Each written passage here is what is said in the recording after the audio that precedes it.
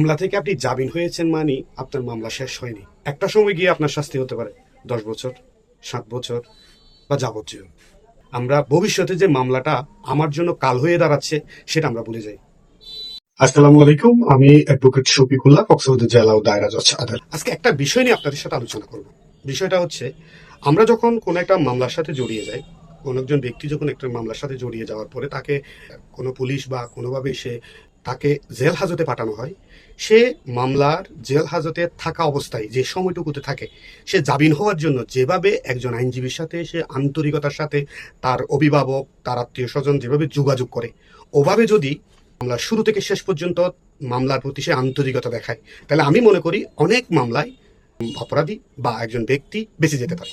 কারণ মামলার অনেকগুলো ধাপ আছে। একটা মামলা হওয়ার পরে মামলার অনেকগুলো ধাপ আছে। এই প্রত্যেকটা ধাপে একজন ব্যক্তিকে প্রত্যেকটা বিষয়ে তার আন্তরিকতার সাথে আইনজীবীর সাথে যোগাযোগ করতে হবে। ধরেন জামিন হয়ে গেল, তারপর তার কোনো খবরই নেই, সে সে আর ঠিকমতো হাজিরা দিচ্ছে না, আদালতে উপস্থিত হচ্ছে না, তার মামলা পরিচালনার জন্য তার আন্তরিকতাই নেই। আমি মনে করি যদি মামলার শুরু থেকে শেষ পর্যন্ত তার আন্তরিকতা থাকে, একজন আইনজীবীর সাথে যদি সে নিয়মিত যোগাযোগ করে, তাহলে আমি মনে করি বেঁচে যেতে পারে, মামলায় তার শাস্তি নাও হতে পারে। যদি আপনি মনে করি যে আমাদের সাথে যখন একটা ক্লায়েন্ট আসে যে আমার ছেলেটা জেল হাজতে আছে, আমাকে আমার ছেলেটাকে একটু জামিন করাই দেন, এই জামিন করার সময় যে সময়টুকু আছে, ওই সময়টুকুতে যেভাবে একজন আইনজীবীর সাথে তার আত্মীয় স্বজন যোগাযোগ করে, আন্তরিকতা দেখায়, এই আন্তরিকতাটা যদি মামলার শুরু থেকে শেষ পর্যন্ত দেখানো হয়, যদি নিয়মিত আইনজীবীর সাথে যোগাযোগ রাখা হয়, অনেক যত বড়ই সে মামলা হোক না কেন, আমি মনে করি মামলা থেকে সে নিজেকে প্রমাণ করতে পারবে যে সে নির্দোষ। কিন্তু আপনি ধৃত করা হলো, আপনাকে জেল হাজতে পাঠানো হলো, আপনি জামিন হওয়ার জন্য যে সময়টুকু আপনি জেল হাজতে আছেন, ওই সময়টুকুতে আপনি যেভাবে একজন আইনজীবীর সাথে আপনি যোগাযোগ করেছেন, ওভাবে যদি আপনি শুরু থেকে শেষ পর্যন্ত করেন, তাহলে আপনি মামলা থেকে বেঁচে যাবেন। আমি আপনাদেরকে সর্বশেষ একটা কথা বলবো, কোন একটা মামলায় জড়িয়ে গেলে জামিন হওয়ার জন্য যুদ্ধ না করে মামলা থেকে বাঁচার জন্য যুদ্ধ করবেন।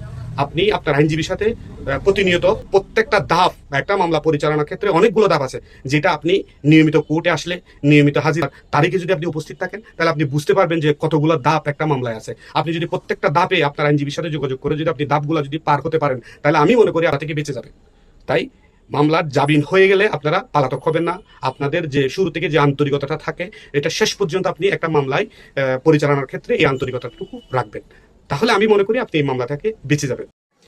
মামলা থেকে আপনি জামিন হয়েছেন মানে আপনার মামলা শেষ হয়নি। চলার পরে একটা সময় গিয়ে আপনার শাস্তি হতে পারে 10 বছর, 7 বছর বা যাবজ্জীবন। অনেক সময় আমরা জামিন হওয়ার জন্য যুদ্ধ করে আমরা ভবিষ্যতে যে মামলাটা আমার জন্য কাল হয়ে দাঁড়াচ্ছে সেটা আমরা ভুলে যাই। আসসালামু আলাইকুম।